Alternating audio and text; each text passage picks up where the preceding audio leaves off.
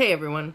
Today we're going to talk about indispensability and how that is the best way to ensure job security. I've worked in many places that have undergone restructuring with massive layoffs, and I've been very lucky, so knock on wood. I've never once been laid off, but I've seen plenty of my coworkers go through that heartbreak. And what it usually comes down to is the missing link. Some people think, well, I've been here the longest. How could you do that to me or whatever? But when it comes to times of restructuring, sometimes that is not a sad thing for employers. We often, you have to pretend to be sad because that's the nice thing to do, but that is usually an opportunity for employers to cut out some dead weight and some weak links. And it's not only about numbers. There's other factors that get into play when management start to make those decisions. So today I'm going to teach you about indispensability and how to make sure that you're indispensable to your employer. And basically what that means is that your employer doesn't have to think or worry about you. You're dependable, you show up on time, you follow the dress code, you act appropriately, you're always motivated. They don't have to go out of their way to keep you motivated. You're intrinsically a motivated person. You work well with other departments where maybe there's conflict. You work well with difficult employees. You work well with difficult staff.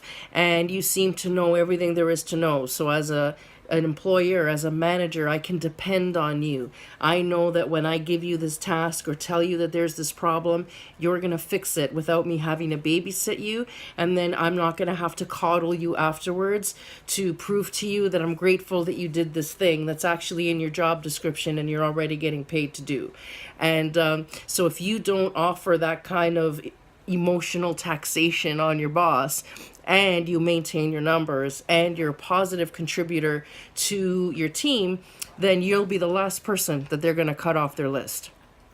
And it's very rare that everybody gets laid off. So sometimes departments are shrunk to a massive degree. So the better you are in all of those categories, the more secure you're going to be. So a lot of real high performers who think their sales are amazing, maybe they even double the sales of everybody else on their team, they get comfortable in this, well, because my sales are so good, they're never going to get rid of me.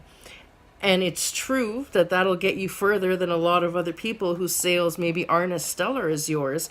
But let's say your attitude is so bad that you are so caustic that it decreases the productivity on everybody else in your team, then you're still not making the company money, right? Your sales may be awesome, but if everyone else's productivity is low and therefore their sales and retention is low because you're so horrible to either the staff or the customers, all those sales that you're bringing in aren't that big a value.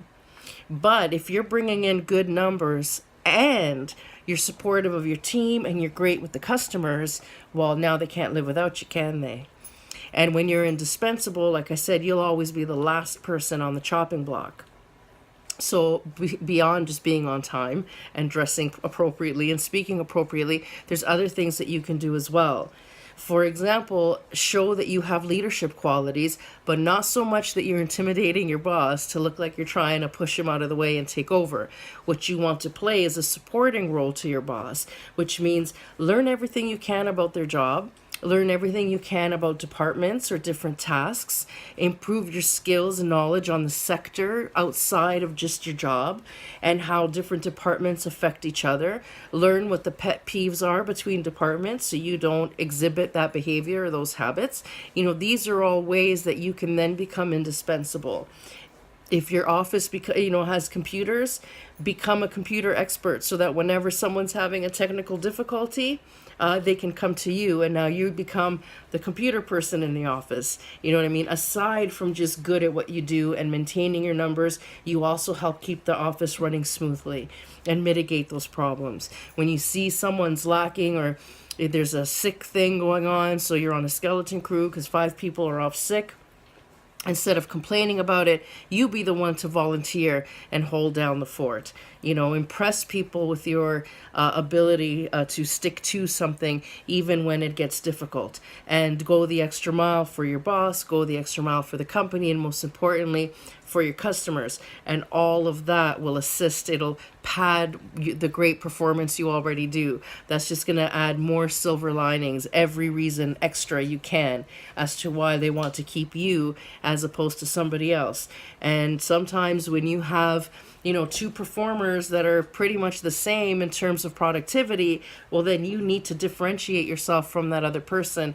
And sometimes it is a matter of just plain positive attitude. And that could be the difference between you being the one to hit the guillotine instead of them.